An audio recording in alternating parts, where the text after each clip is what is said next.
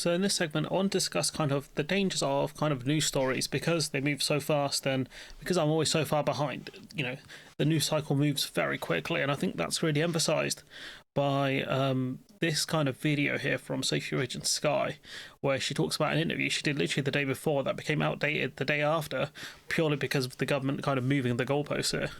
And to the politics now, because the assisted dying legislation is really the focus in Westminster today. And I wanted to do something slightly unusual this evening. I'm going to play you an interview that I filmed last night that now seems completely out of date, which is basically breaking all of the rules of television and journalism. But there is a reason for it, bear with me, because this interview, I feel, gets to the heart of the problem with the assisted dying legislation.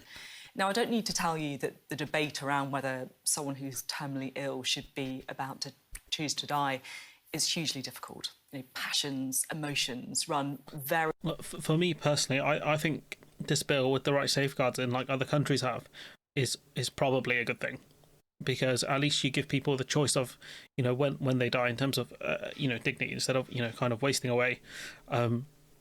Especially when they're within the last 6 months of their life. I understand there's things like family pressure and things like that, but that's why they were meant to have something like a High Court judge kind of rule over this thing, which it doesn't 100% make sense. Like, how can a High Court judge be, a medical professional? But that's the standard the government wanted to set, and I think, okay, whatever, I can understand that.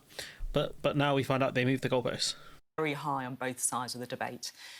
But MPs decided to back the right to die at second reading, partly because of this argument. Under this bill, any terminally ill person who wants to be considered for... So this context, this is Kim Leadbeater. She's the lead on this bill. So she's the one that's pushing it the most. And yet, she for some reason, her and herself and the government have decided to really move the goalposts here. Assisted death would have to undertake a thorough and robust process involving 2 doctors and a High Court judge. No other jurisdiction in the world has those layers of safeguarding. So a High Court judge would have to sign off on an assisted death for it to happen. That's an important safeguard that for some MPs was the reason they wanted to back the legislation. But then came the rumours that the requirement for a High Court judge might be removed. And when I spoke to Kim Leadbeater last night, the MP introducing the legislation, I tried to find out what was going on. I'm not proposing that we take out the role for the judge at all. There will be a role for a judge in the things that I'm looking at. A judge, but not a High Court judge? Well, no, it would be a High Court right. judge. Yeah, it would be a High Court judge. So we'd keep that in. So we'd end up with what you might call a judge plus model, right, where we could add extra additional expertise into that process. So essentially it would slow it down, because you're saying a judge is going to be at the end of the process. You adding in anything in between, the medical rules and the judge is an add-on. So it doesn't make sense to add these additional layers on if you're saying this is already the most robust kind of scheme or program in the world. It doesn't make sense, does it, on paper? So look, hands up. To me, that didn't sound like they were going to get rid of the High Court judge. And maybe that's on me and I wrongly interpreted Kim, but it certainly didn't really seem clear. But then after that interview, I saw the front page of The Guardian with the headline, "Court sign-off in assisted dying to be scrapped." The paper reported a panel of experts would replace the judge's personal sign-off. Now, Kim Leadbeater insists that a High Court judge would still have oversight, there would be a review process, but this change has sparked anger, I guess, among people who already have concerns over the bill, and even some... So this is Kim Leadbeater. My source is that I made it the fuck up. Her source is she made it up, because effectively what she's done is taken away one of the key parts of the legislation, which is a High Court judge would have the overall decision over this. And that's tragic, because this is already a very precarious kind of thing the Labour Party were trying to push here. And the argument that they made, I believe, was that, because of the court backlog, they don't want to add to it. But if that's the case, if you said, the standards have to be, or the standards should be that a High Court judge oversees this, then you're weakening your own scheme. It doesn't make sense. And this, I mean, like, she said it the day before that there would be a role for a High Court judge. The High Court judge would be there. It's a judge plus model. Well, clearly it's a panel plus model then. Like, it doesn't make sense. If anyone adds pluses to anything, like the Swiss plus model or Norway plus, right, immediate skepticism should be met with it. Doubts among those who voted for it the last time. Does she remember in the second reading debate how many members, including I think herself, made reference to the judicial stage of the process, specifically the High Court judge? There were over 60 colleagues who have stated on the record that they voted for the bill at second reading because of that safeguard. Does she acknowledge that point? So frankly, it does feel a little bit of a mess. MPs feel the change has been jumped on them. I can't be the only one who's found it quite hard over the last 24 hours to work out exactly what is being proposed here. And look, this is complicated legislation. Usually, if the government's introducing something, they have the support of the civil service, of the number 10 press office, of cabinet.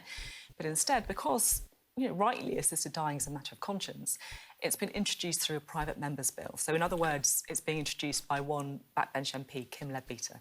It is an awful lot on one person, however hard-working, however well-meaning they may be.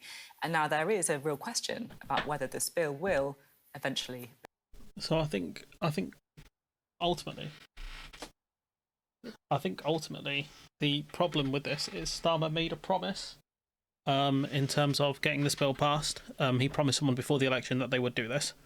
He put it through as a kind of a free vote, shall we say, the private member's bill, because he's a coward. He won't tell us what side he's going to be on. He has the health secretary voting against this. He has the justice minister against this. And so you're like, okay, cool.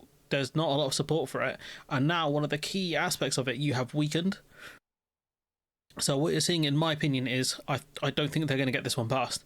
I don't think they're going to put this to a final reading, purely because it's so politically toxic in terms of what they have done here. Like, if they'd not pushed this through, but if they'd put this through properly, like a normal government bill, and even said, like, look, the government's position is we back this. However, there's no whip involved, so you can vote how you want to with your conscience. They would have been in a much stronger position, because ultimately Starmer promised this vote to happen. Whether he agreed with it or not, that's a secondary thing, but he should not make promises he cannot keep, because ultimately they're going to waste a lot of political capital on this, and it's going to get toxic again, and it's going to either be a massive government climb down, just like we saw under Boris Johnson, Sunak and all of those goons, or it's going to really fracture the party. And it's going to really fracture them very, just near the start, really, of their term.